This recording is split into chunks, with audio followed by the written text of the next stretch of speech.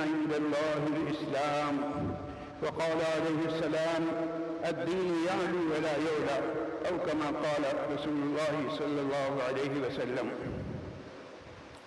سامعین کرام، رمضان کا آج دوسرا دن ہے۔ ماہ مبارک کے ان لمحات میں کوشش کی جائے گی کہ ہم ان باتوں کو دہرائیں جس کے ذریعے سے ہمیں رہنمائی ملے، جس کے ذریعے سے ہمیں معلوم ہو کہ ہمارے دین کے ہم سے تقاضے کیا ہیں۔ قرآن کریم کی آیت میں نے پڑھی ہے، ان الدین عند اللہ الاسلام، بے شک دین اللہ کے نزدیک صرف اور صرف ایک ہی ہے، اور وہ دین ہے دین اسلام۔ اللہ کے رسول صلی اللہ علیہ وسلم نے ارشاد فرمایا، الدین یعلو ولا یعلی، یہ دین اسلام آیا دنیا میں اسی لیے کہ یہ بلند رہے، اس کے اوپر کوئی اور دین غالب نہ آئے۔ تو دین اسلام کی سربلندی کے لیے مجھے اور آپ کو کیا کرنا ہے، کس طریقے سے ہمیں زندگی گزارنی ہے، اس بات کے تذکرے کے لیے میں ایک واقعے کا سہارا لے رہا ہوں۔ ایک واقعہ سنانا چاہتا ہوں۔ اسلامی حکومتوں میں ایک وقت تھا کہ ایک بہت بڑی حکومت تھی بغداد میں۔ اب اسلامی حکومت کی ایک بہت بڑی حکومت بغداد، اور اس کا جو خلیفہ ہے اس کو اپنے بیٹے کی شادی کی فکر ہوئی، بہو لانے کی فکر ہوئی۔ اب بہو کے لیے انتخاب کہاں سے کیا جائے، کس کا انتخاب کیا جائے، اور بہو لانے کے لیے ان کے ذہن میں کیا بات تھی کہ بھئی ایسی لڑکی لائی جائے جو قرآن کریم کی حافظہ ہو۔ اب اپنے ملک کے لوگوں کو کیسے مطلع کریں کہ ہمیں حافظ قرآن لڑکی کی ضرورت ہے۔ بادشاہ سلامت نے اعلان کر دیا کہ میرے بیٹے کے لیے رشتہ چاہیے، اور ایسی لڑکی سے رشتہ ہوگا جو بچی حافظ قرآن ہوگی۔ اور اس زمانے میں یہ لائٹیں تو تھی نہیں، شمعیں جلائی جاتی تھی، موم بتیاں جلائی جاتی تھیں۔ تو بادشاہ کی طرف سے اعلان ہو گیا کہ جس گھر میں حافظ قرآن لڑکی ہو اس گھر کی کھڑکی میں شمع روشن کر دی جائے۔ گھر کی کھڑکی میں شمع روشن کر دی جائے گی تو پتہ چلے گا کہ اس گھر میں حافظ قرآن لڑکی ہے۔ یہ اعلان تو ہو گیا۔ اب ہوا کیا؟ ہوا یہ کہ جناب علی رات آئی اور پورے شہر کی تمام مکانوں کی کھڑکیوں میں شمع روشن تھی۔ اس کا مطلب یہ کہ ہر گھر میں حافظ قرآن لڑکی تھی۔ ماشاءاللہ، سبحان اللہ، کیا بات ہے۔ تو بادشاہ سلامت کے لیے فیصلہ کرنا مشکل ہو گیا کہ بہو کا انتخاب کیسے کریں۔ انہوں نے اگلے دن ایک اور اعلان کیا کہ ذرا اس سے مشکل ہو، اس سے مشکل جو ہے وہ کوئی انتخاب کے لیے اس سے مشکل امتحان لیا جائے۔ چنانچہ انہوں نے اعلان کیا کہ اگلے دن اعلان ہوا کہ بھئی میں اپنی بہو اس شخص کو بناؤں گا جو حافظ قرآن ہونے کے ساتھ ساتھ حافظ الحدیث بھی ہو۔ دیکھیے، یہ حافظ قرآن کا یہ جو لوگ قرآن حفظ کر لیتے ہیں ان کو حافظ کہنا، یہ تو کہنا چاہیے زمانے قریب کی باتیں ہیں۔ ایک دور وہ تھا کہ حافظ صرف اسی شخص کو کہا جاتا تھا جو حافظ الحدیث ہوتا تھا۔ ہمارے اکابرین میں حافظ ابن حجر العسقلانی، حافظ ابن قیم، حافظ ابن کثیر اور بہت سارے بزرگ ایسے گزرے ہیں جن کے نام کے ساتھ حافظ ہے۔ تو اس حافظ کا یہ مطلب نہیں تھا کہ وہ حافظ قرآن ہوا کرتے تھے، بلکہ اس حافظ کا مطلب ہی یہ ہوتا تھا، حافظ قرآن تو سبھی ہوتے تھے، لیکن اس حافظ کے لفظ کا مطلب یہ ہوتا تھا کہ حافظ الحدیث۔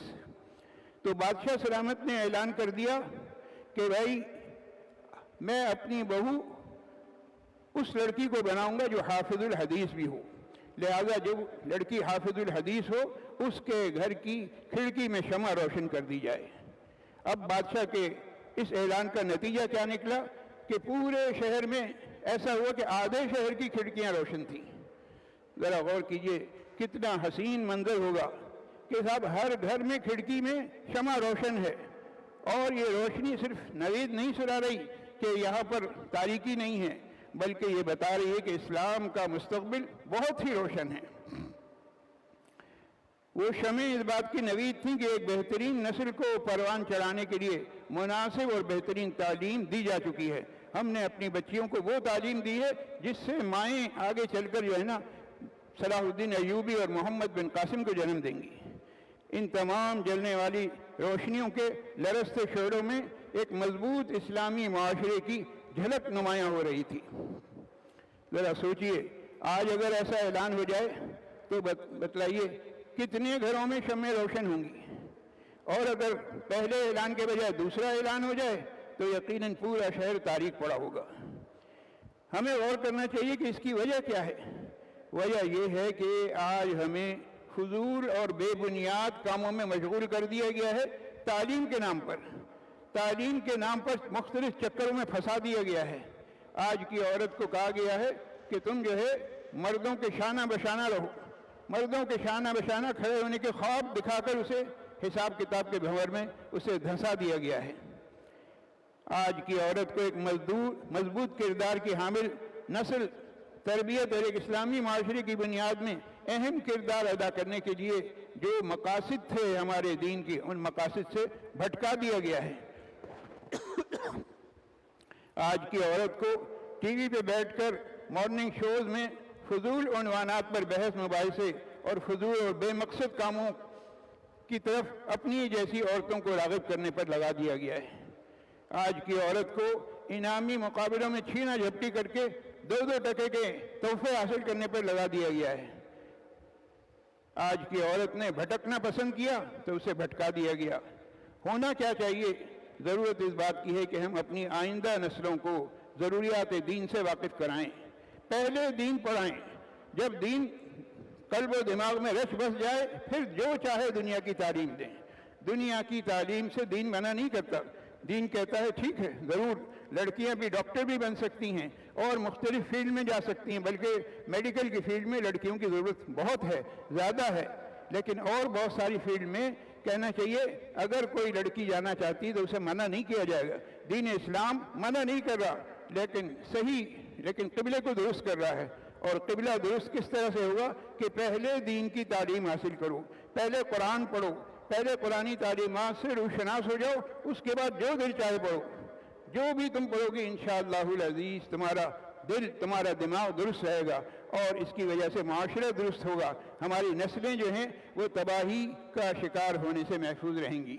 میں نے جو معروضات پیش کی ہیں ان کا خلاصہ یہی ہے کہ مذہب اسلام کا ہم اگر مستقبل روشن دیکھنا چاہتے ہیں تو اس کا طریقہ یہی ہے کہ ہم اپنی آئندہ نسلوں کو صحیح رخ پر ڈھالیں، صحیح ان کی تعلیم کی طرف توجہ دیں اور ان کو دین کی تعلیم ان کے دل و دماغ میں رچ بس جائے تو انشاءاللہ العزیز جب دین کی تعلیم دل و دماغ میں رچ بس جائے گی پھر اس کے بعد دنیا کا جو بھی کام کریں گی، دنیا کی کسی بھی فیلڈ میں جائیں گی انشاءاللہ العزیز وہ کامیاب ہوں گی۔ ہمیں چاہیے کہ ہم اپنی آئندہ نسل کی تربیت کی طرف توجہ دیں اور ان کے نہ صرف دنیا کی بلکہ آخرت کی بھی فکر کریں۔